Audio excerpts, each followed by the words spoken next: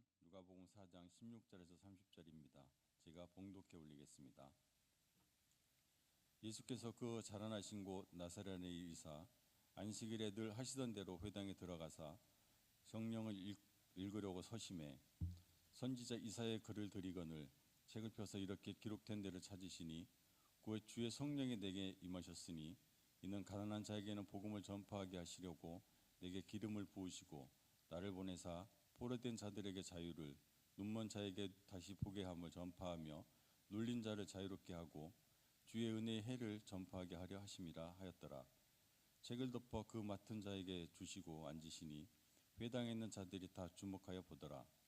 이에 예수께서 그들에게 말씀하시되 이 글이 오늘 너희 귀에 응하였느니라 하시니 그들이 다 그를 증언하고 그 입으로 나오는 바 은혜로운 말을 놀라게 여겨 이르되 이 사람이 요셉의 아들이 아니냐. 예수께서 그들에게 이르시되 너희가 반드시 의사야 너 자신을 고치라 하는 속담을 인용하여 네게 말하기를 우리가 들은 바 가버나움에서 행한 일을 네 고향 여기에서도 행하라 하리라. 또 이르시되 내가 진실로 너희에게 이르노니 선지자가 고향에서 환영을 받는 자가 없느니라. 내가 참으로 너희에게 이르노니 엘리야 시대에 하늘이 3년 6개월간 닫히어 온 땅에 큰 흉년이 들었을 때에 이스라엘에 많은 과부가 있었으되 엘리야가 그중 한 사람에게도 보내심을 받지 않고 오직 시돈 땅에 있는 사렙다의 한 과부에게 뿐이었으며 또 선지자 엘리야 때에 이스라엘에 많은 나병 환자가 있었으되 그 중에 한 사람도 깨끗함을 얻지 못하고 오직 수리아 사람 나아만 뿐이었느니라. 회당에 있는 자들이 이것을 듣고 다 크게 화가 나서 일어나 동네 밖으로 쫓아내어 그 동네가 건설된 산 낭떠러지까지 끌고 가서 밀쳐 떨어뜨리고자 하되 예수께서 그들 가운데로 지나서 가시니라. 아멘. 즐거운 설명절을 맞이했습니다. 많은 분들이 고향을 찾고 할 텐데요. 바로 앞에 장에 보면 누가복음 2장 41절 51절에 보면 예수님이 12살 되었을 때에 예루살렘에 6월절 명절을 유대인들의 명절을 지키러 갔다가 예수님을 놓치고 잃어버리고 돌아가다가 찾아서 사흘 만에 성전에서 만났다는 얘기 나옵니다. 명절에 우리가 고향을 찾고 친구를 찾고 친척을 만나고 하다가 예수님을 잃어버리는 그런 일이 없도록 우리 항상 예수님을 중심에 모시고 즐거운 설명절 가족끼리 너무나 믿음으로 하나가 되어지는 그런 명절이 되도록 기도하시기를 바라고요. 지난주 성경 구절 제가 에스겔서 47장 5절을 말씀드렸는데 다시 7천척을 측량하시니 물이 내게 건너지 못할 강이 된지라 그 물이 가득하여 헤엄칠 만한 물이요 사람이 능히 건너지 못할 강이더라. 성령 충만을 의미하는 거죠.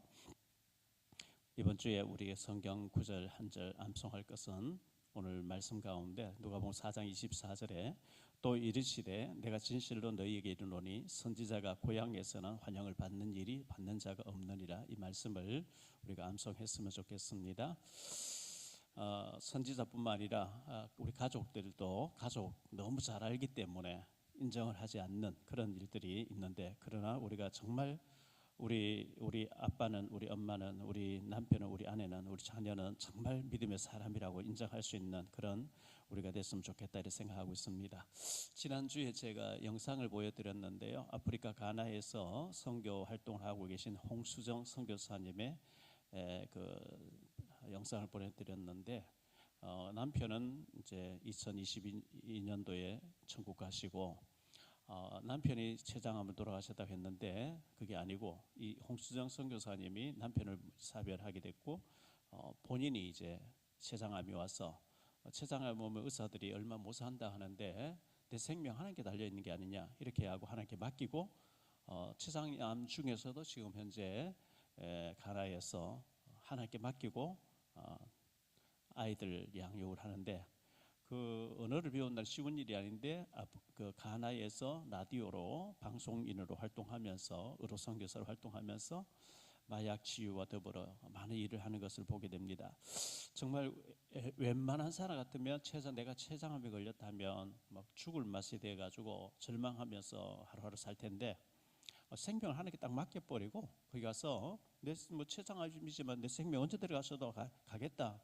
그러면서 가나에서 이렇게 큰 일을 하고 계신 모습을 보면서 그 언어를 배워가지고 라디오 방송을 하면서 이 복음을 전하고 있다는 게 놀라운 일이라고 생각되어집니다. 우리 인생에서 정말 중요한 것은 예수님을 나의 주인으로 만나고 예수님과 동행하면서 믿음으로 산다는 것, 정말 큰 축복이라고 생각되어집니다. 사실 성경은 전부 기적으로 되어 있죠. 하나님이 우주 만물을 창조하셨다는 것도 기적이고, 그 하나님이 만드신 것을 우리가 먹고 마시면서 하나님이 지어놓은 공기를 우리가 호흡하면서 하나님을 느끼고 하나님의 자녀가 되어지고 하나님과 동행한다는, 이거 놀라운 사건인데 불신자들은 이것을 우리에게 모르고 지내는 거죠. 우리나라에 복음이 들어오지 않았으면, 복음이 들어오기 전에는 140년 전 우리나라는 정말 미개한 나라였고 우상으로 가득 차 있는 그런 아주 못 사는 나라였는데, 선교사님 들어오셔서 교회를 세우고 병원을 세우고 학교를 세워서 의식을 깨워주고 문명 탈출하게 해주셔서 정말 너무나 감사한 일이죠. 지난 11일 날 그저께죠. 40살 40세가 된 배우가 극단적인 이제 생을 마감하는 신문을 보면서 참 안타깝다, 그런 생각을 했고요.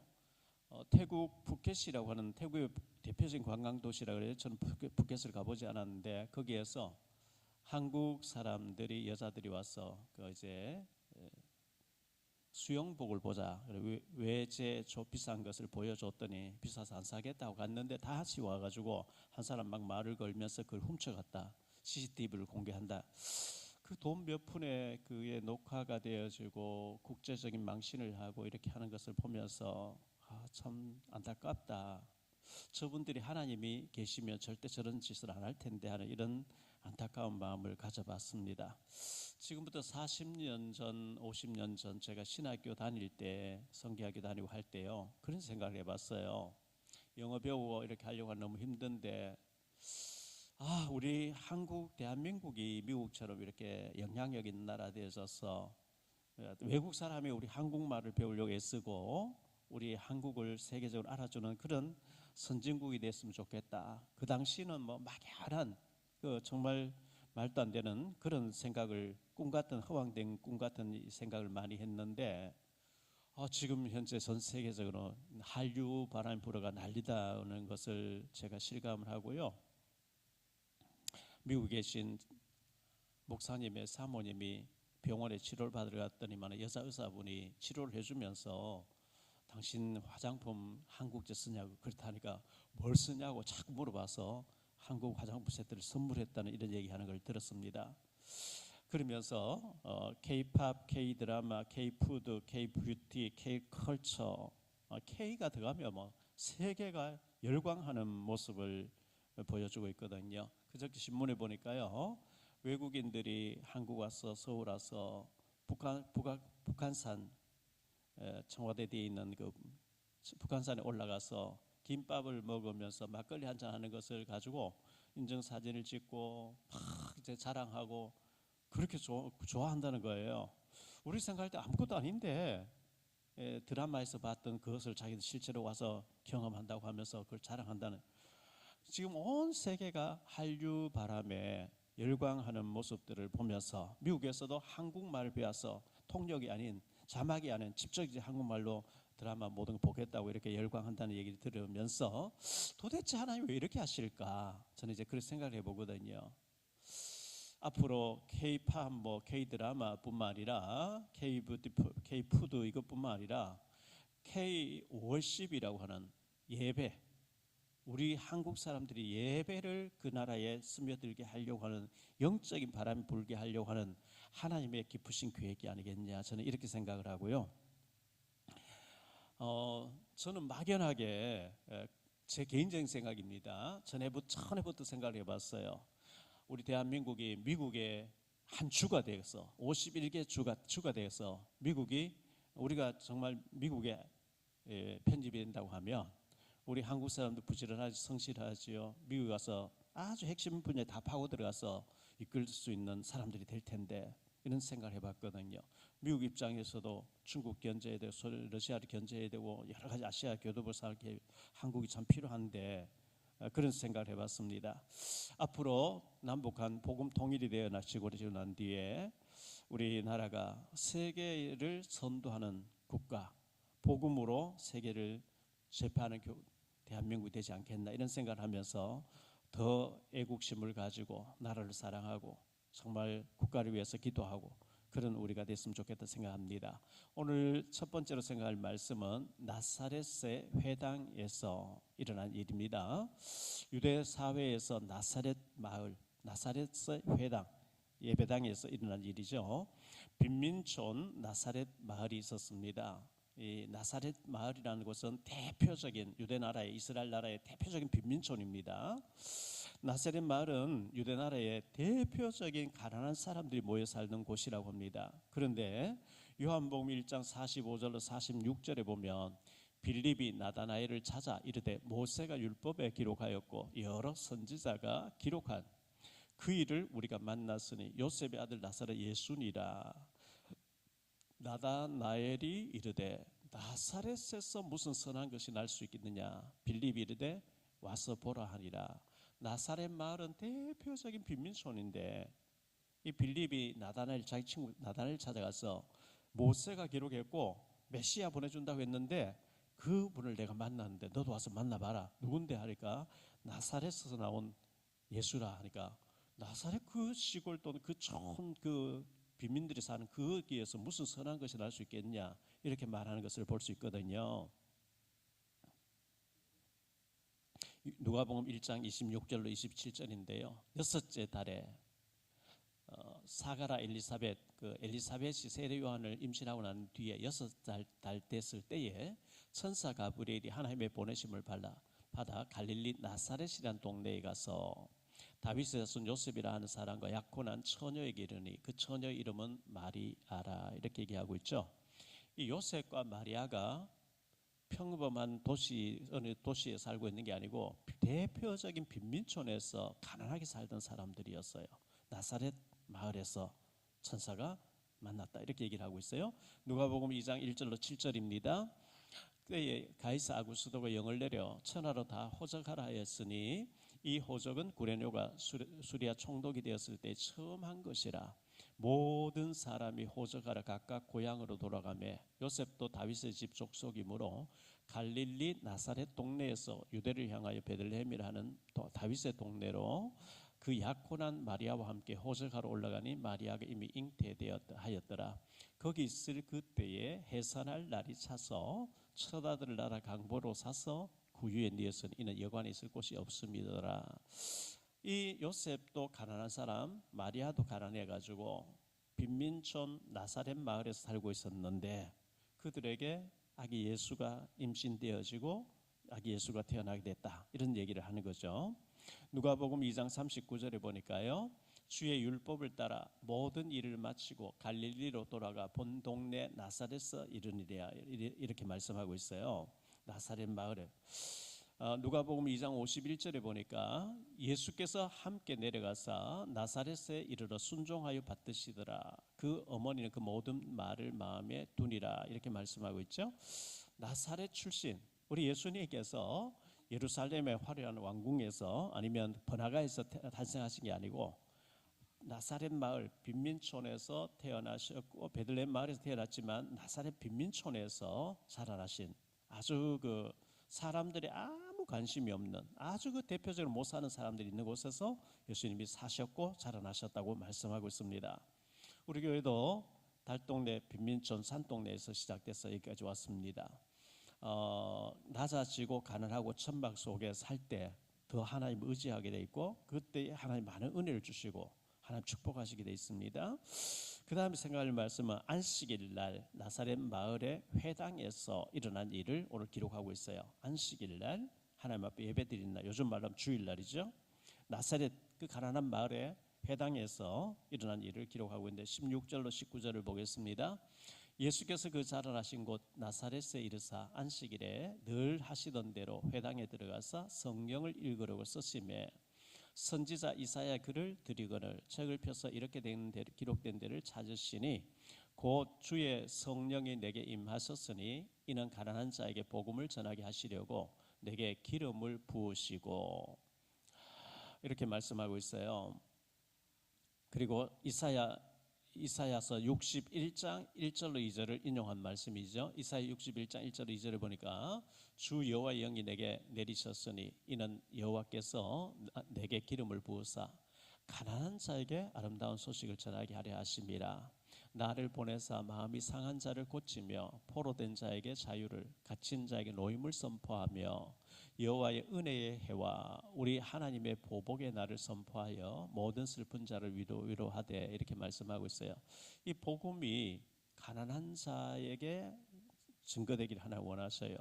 잘 사는 사람 복음에 관심이 없어요. 왜? 세상 문화가 더 좋고 하나님 없는 문화가 더 좋기 때문에. 근데 이 복음은 가난한 자, 억눌린 자, 갇힌 자, 포로된 자, 상한 자에게 복음이 들어가서 치유가 되어지고 증인으로 서는 것, 이걸 하나님 원하신단 말이죠. 우리가 세상에서 여러 가지 상처 때문에, 실패한 경험 때문에, 여러 가지 인간적인 그 상처로 인하여 마음이 상해 있고 눌려 있고 가난한 자가 돼 있고 포로돼 있고, 영적으로 막 포로가 돼 있고 마음이 상한 자, 복음 받게 되면은 해방이 있게 되고 증인으로 서게 되고 많은 사람 살리게 되는 그런 사람이 될 것입니다. 우리가 이 복음으로 반드시 치유를 받아야 됩니다. 그리고 또 생각할 말씀은 주목하여 보는 사람들이 있었다 그랬어요. 그 회당에 나사렛 사람들이 와서 예수님이 하는 모든 것을 주목하여 보더라, 이렇게 말씀하고 있어요. 20절 말씀을 보면요, 책을 덮어 그 맡은 자에게 주시고 앉으시니 회당에 있는 자들이 다 주목하여 보더라. 예수님에 대해서 일거수일투족을 주목하여 보면서 쑥덕쑥덕 하는 거예요. 왜냐하면 자기들 마을 출신인데 그 예수님의 육신의 가족 마리아, 그리고 예수님의 육신 동생들 같이 지금 살고 있는데 예수님이 많은 사람을 데리고 와서 회당에서 선지자로 서서 이제 예언자로 서서 말씀하니까 주목하여 보더라 그랬어요. 두 번째로 생각할 말씀은 선지자가 고향에서는 환영을 받지 못함이라고 했어요. 성경이 말씀하고 있어요. 선지자는 하나님의 말씀을 대언하는 자죠. 제사장은 백성의 죄를 가지고 하나님 앞에 가서 예배를 드리는 자고, 예배를 인도하면서 그 죄 문제를 해결해 주는 제사장이, 요즘 말로 목사인데, 선지자는 하나님 말씀을 받아서 전달한 사람이거든요. 그런데 이 선지자가 굉장히 귀한 사람인데 고향에서는 환영을 받지 못한다, 이렇게 말씀하고 있어요. 요셉의 아들이 아니냐, 사람들이 쑥덕쑥덕 하면서 이가 누구냐, 요셉의 아들이 아니냐, 이렇게 얘기한 거예요. 21절로 23절을 봅니다. 이에 예수께서 그들에게 말씀하시되 이 글이 오늘 너희 귀에 응하였느니라 하시니 그들이 다 그를 증언하고 그 입으로 나오는 바 은혜로운 말을 놀랍게 여기리되 이 사람이 요셉의 아들이 아니냐. 예수께서 그들에게 이르시되 너희가 반드시 의사야 너 자신을 고치라 하는 속담을 인용하여 내게 말하기를 우리가 들은 바 가버나움에서 행한 일을 네 고향 여기서도 행하라 하리라. 예수님께서 이렇게 말씀을 인용했어요. 마태복음 11장 20절로 24절에 보니까요, 예수께서 권능을 가장 많이 행하신 고을들이 회개하지 아니하므로 그때에 책망하시되 화 있을진저 고라시나 화 있을진저 벳세다야 너희에게 행한 모든 권능을 두로와 시돈에서 행하였더라면 그들이 벌써 베옷을 입고 제에 앉아 회개하였으리라. 내가 너희에게 이르노니 심판날에 두로와 시돈이 너희보다 견디기 쉬우리라. 가버나움아 네가 하늘에까지 높아지겠느냐, 음부에까지 낮아지리라. 네게 행한 모든 권능을 소돔에서 행하였더라면 그 성이 오늘까지 있었으리라. 내가 너희에게 이르노니 심판날에 소돔 땅이 너보다 견디기 쉬우리라 하시니라. 이렇게 말씀하고 있죠. 예수님께서 가버나움에서 가장 많은 능력을 행하고 권능을 행하고 치유를 해주시고 기적을 행했는데 안 믿는다는 거예요, 보고도. 그래서 화가 있다.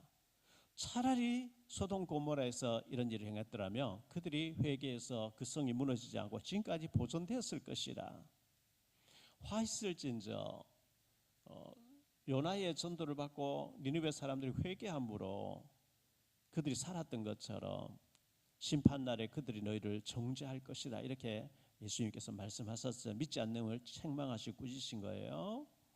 23절 말씀에 보니까요, 예수께서 그들에게 이르시되 너희가 반드시 의사야, 전에 성경에 보면 의원아 이렇게 했는데 의사야 너 자신을 고치라 하는 속담을 인용하여 내게 말하기를 우리가 들은 바 가버나움에서 행한 일을 네 고향 여기서도 행하라 하리라 했는데요. 실제로 이 말씀이 누가복음 23장 39절에 보면 달린 행악자 중 강도죠, 살인 강도자죠. 행악자 중 하나는 비방하여 이르되 네가 그리스도가 아니냐, 너와 우리를 구원하라 하되, 이렇게 말씀하고 있어요. 마태복음 27장 42절에서 그가 남은 구원하였으되 자기는 구원할 수 없도다. 그가 이스라엘의 왕이로다. 지금 십자가에서 내려올지어다. 그리하면 우리가 믿겠노라. 의사야, 네 병이나 고쳐라 하는 것 같이 너 다른 사람 많이 고치지 않았냐? 지금 내려와서 한번 해봐라. 막 이런 식으로 조롱하고 비난하고 예수님께서 그걸 내다보시면서 미리 말씀하신 거예요. 그 다음 생각할 말씀은 선지자가 고향에서는 환영을 받지 못하리라 이렇게 말씀하셨어요. 예수님이 지금 고향 마을에 오셨거든요. 자라신 마을이죠. 24절에 보니까 또 이르시되 내가 진실로 너희에게 이르노니 선지자가 고향에서는 환영을 받는 자가 없느니라. 태어나고 자란 마을에서 이웃들이 너무 잘 알아요. 제가 어릴 때 이렇게 자랐고 뭐 온갖 걸 다 하니까 신비감이 없죠. 안 믿는다는 거예요. 존경하지 않는다는 거예요. 작년 12월 30일 날 연말에 우리 교회에서 인천시 서구 조창 기도회를 아침 7시에 목사님들이 오셔서 저희 교회에서 예배를 드리고 여기 가서 식사 대접하고 했었는데요. 그때 설교하신 분이 제2교회, 인천에 제1교회가 있고 제2교회가 있어요. 합동 측의 큰 교회죠. 제2교회에서 담임 목사님을 계시다 지금 원로 목사님으로 계신 이건영 목사님이 오셔서 설교를 하셨는데요. 그분이 참 존경받는 분이에요. 왜냐하면 자기가 태어나서 자란 교회의 담임 목사로 평생 계시다가 원로 목사로 물러앉으셨어요. 그 쉬운 일이 아니거든요. 식사하면서 이제 어떻게 태어나 자란 교회에서 그렇게 평생 목회를 하셨습니까 하니까요. 뭐 집안에 형제 가족들이 많았대요. 어머니 젖이 모자라니까 어릴 때 교회 갔는데 그때는 막 너무 가난하고 벌써 뭐 연세가 지금 현재 70대 후반이니까 뭐 되니까 벌써 70 몇 년 전에 얘기 아니겠어요? 교회 가서 남의 엄마의 젖을 많이 먹었대요. 그런데 권사님들이 이제 신방각언하면 목사님 제가 어릴 때 목사님 제 가슴에 제 젖을 먹고 자랐어요. 이런 권사님 몇 분 계시다고 이렇게 얘기하더라고요. 그렇게 어릴 때 젖을 얻어먹고 이렇게 그런 교회에서 목사님으로 평생 계시다가 원로로 물러앉아 쉬운 일이 아니잖아요.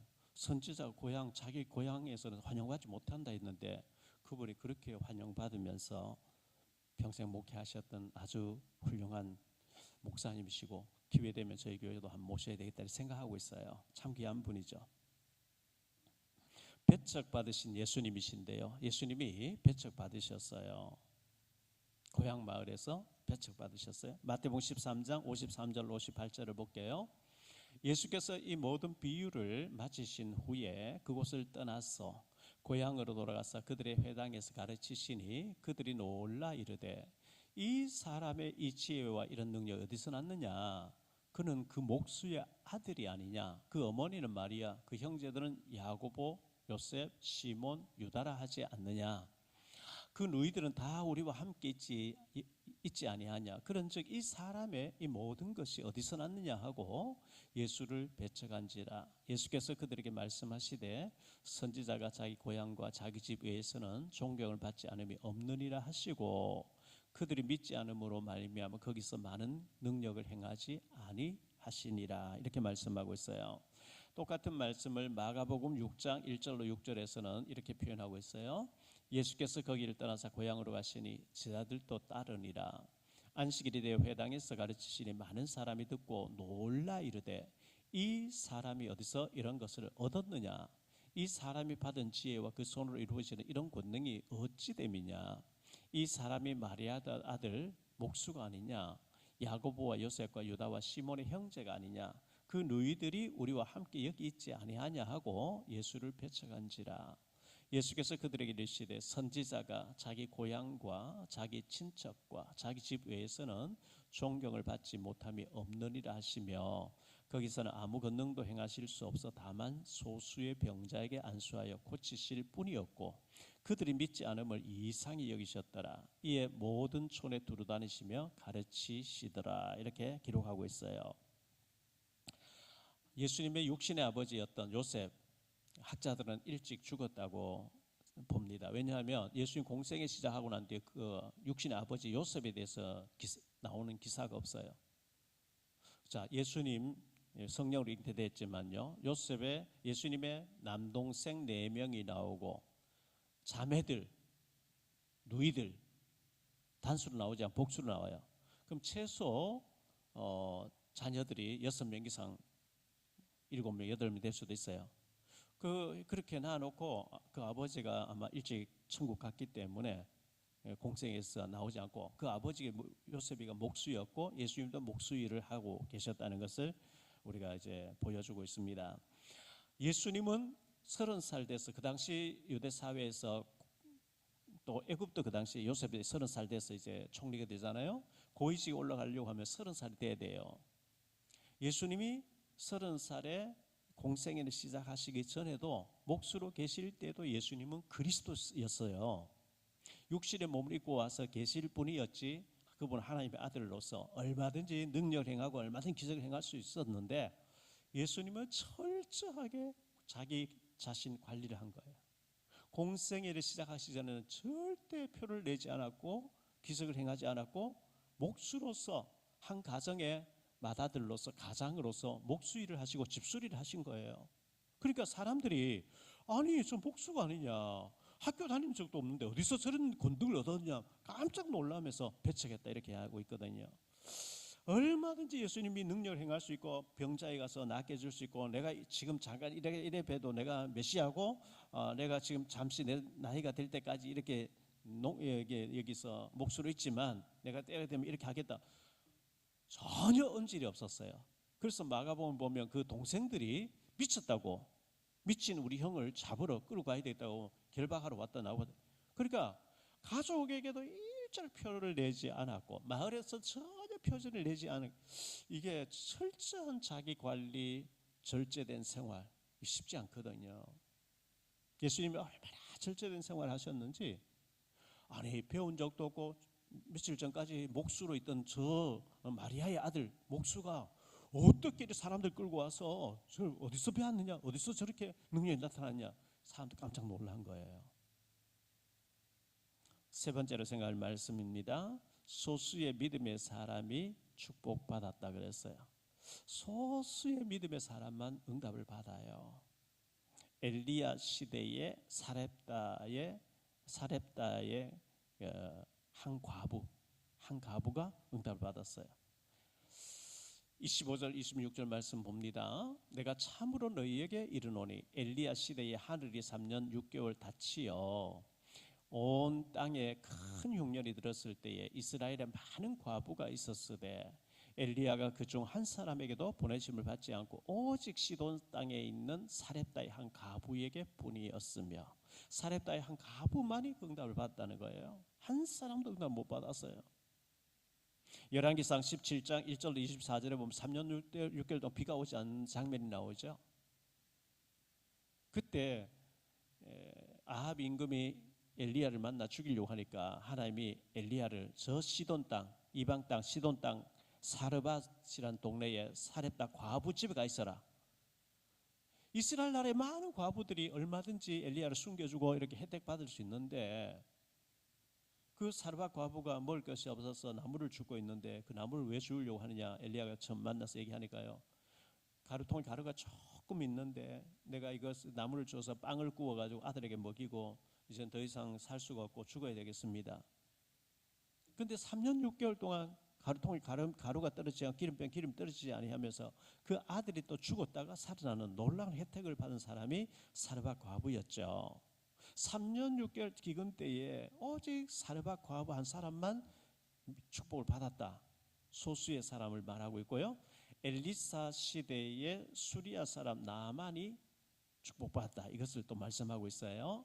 엘리사 시대, 엘리야의 종 엘리사 시대 때에도 수리아 사람 나아만이 응답받았는데요. 27절 말씀을 봅니다. 또 선지자 엘리사 때에 이스라엘에 많은 나병 환자가 있었으되 그 중에 한 사람도 깨끗함 얻지 못하고 오직 수리아 사람 나아만뿐이었느니라. 이렇게 말씀하고 있죠.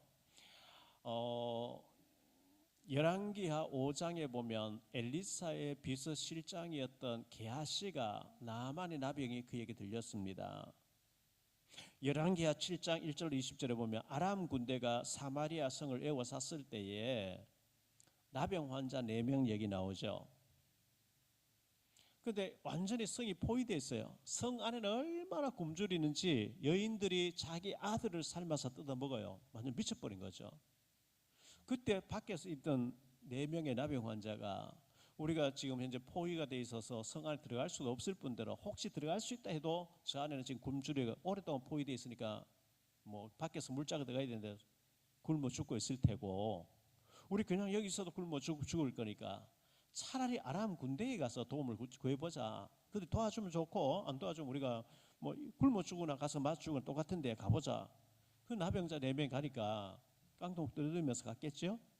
하나님이 큰 군대 소리가 들리게 해서 와, 이 사마리아 사람이 저 애굽의 왕에게 군대를 요청해서 지금 막 무시무시한 군대가 오는 모양이다 하고 얼마나 급하게 아람 사람 도망을 갔는지요.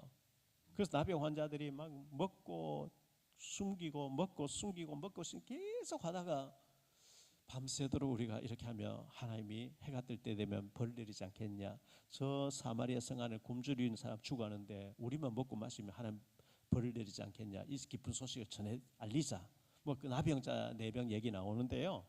엘리사 시대에 일어난 일이죠. 성경은 엘리사 시대 이스라엘 나라에 나병 환자가 많이 있었대요.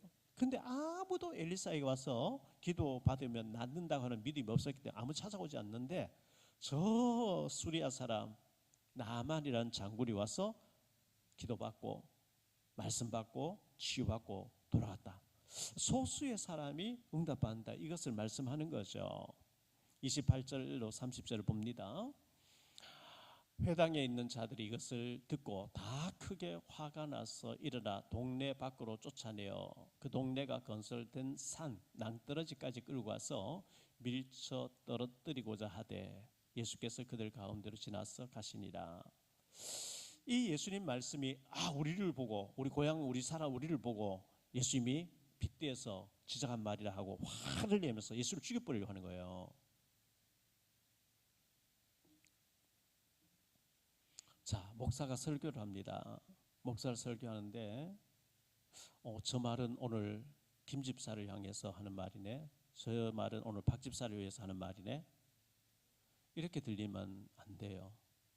말씀이 내하고 상관없이 누구에게 해당되는 말인데 이런 뿌리면 안 돼요. 그럼 나하고 아무 상관이 없어요.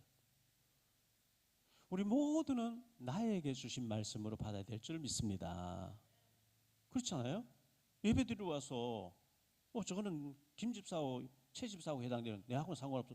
그러면 구경하고 간 거예요. 지금 내게 주는 말씀으로 받아야지. 자기들을 이 나사렛 사람들이 자기들을 깠다는 거예요. 소수의 사람 응답한다. 그래서 막 예수를 막 흥분해가지고 막 낭떠러지 밀어떨어서 죽이려고 하는 예수님이 떠나가셨다 했는데요.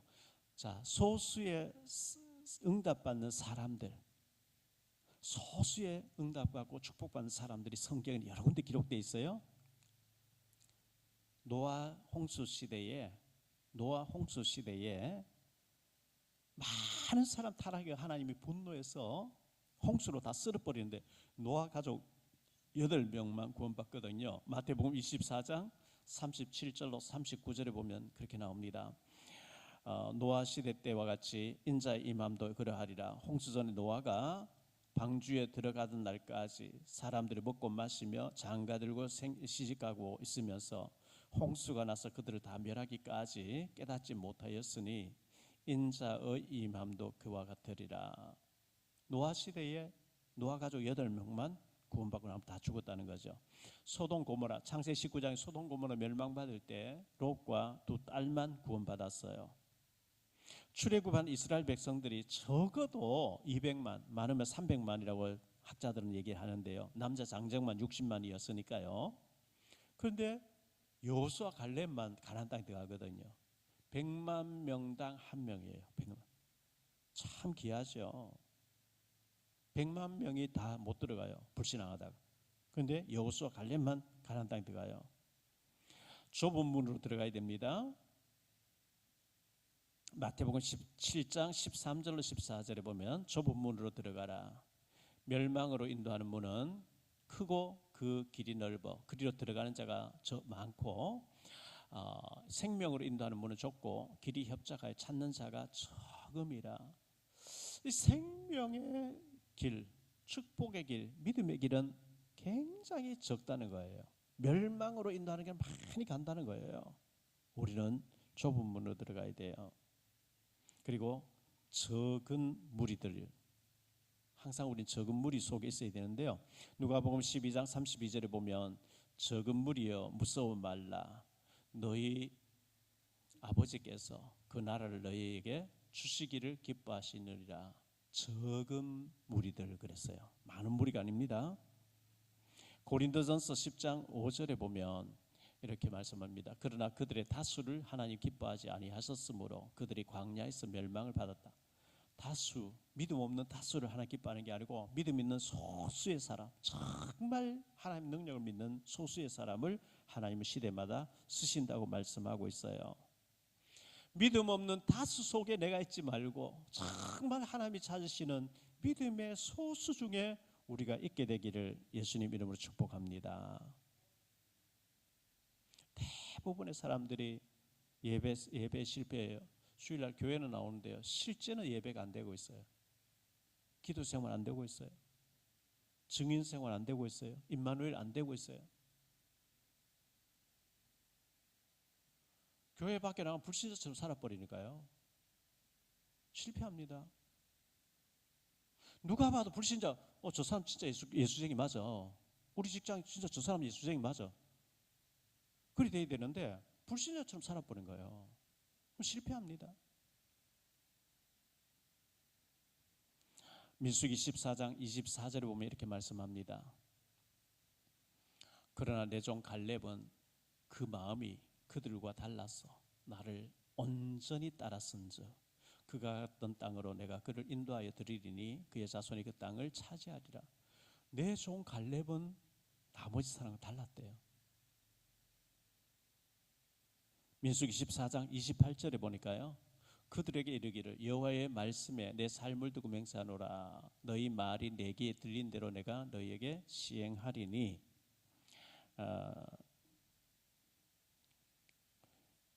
믿음의 말을 했던 여호수아와 갈렙 두 사람 가나안 땅에 들어간다 이렇게 말씀하고 있습니다. 결론적으로 말씀 뵙겠습니다. 예수님의 절제된 모습, 예수님의 절제된 모습. 이 나사렛 마을에서 자랐었어요. 29년 동안 생활했어요. 동네 주민들 모으고 전부 옆집에 숟가락이 몇 개인지 다 알 정도로 형편을 서로가 너무나 잘 알고 있는 그런 곳에서 목수일을 하시면서 집수리를 해주면서 평범한 가장으로 동생들을 부양하면서 사셨던 예수님이었어요.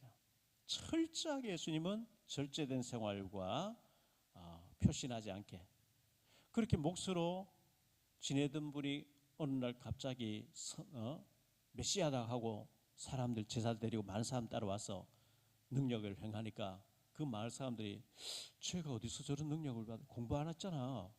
어디서 저렇게 능력이 있었게 됐지? 저 가족들 마리아의 아들이고 목수 아니야? 저 동생들 우리 옆에 지금 다 있지 않냐? 이러면서 놀라워하면서 받아들이지 않는 거예요. 왜? 너무 잘 아니까. 동네 주민들 놀라워합니다. 어디서 저런 능력이 갑자기 생겼느냐. 둘째, 엘리야와 엘리사 시대처럼, 엘리야와 엘리사 때처럼 사람들은 강팍해져 있어요. 사르밧 과부와 나만 장군이 응답받고 축복받았어요. 이스라엘 안에 많은 과부가 있었어요. 나병 환자 많이 있었어요. 아무도 엘리사를 찾아와서 기도받으면 낫는다, 그거 안 믿는 거예요. 먼 나라의 이방인들 중에서 복음 듣고 와서 축복받고 가버린 거예요. 셋째, 소수의 받은 사람처럼, 소수의 축복받는 사람 속에 나도 있어야 돼요.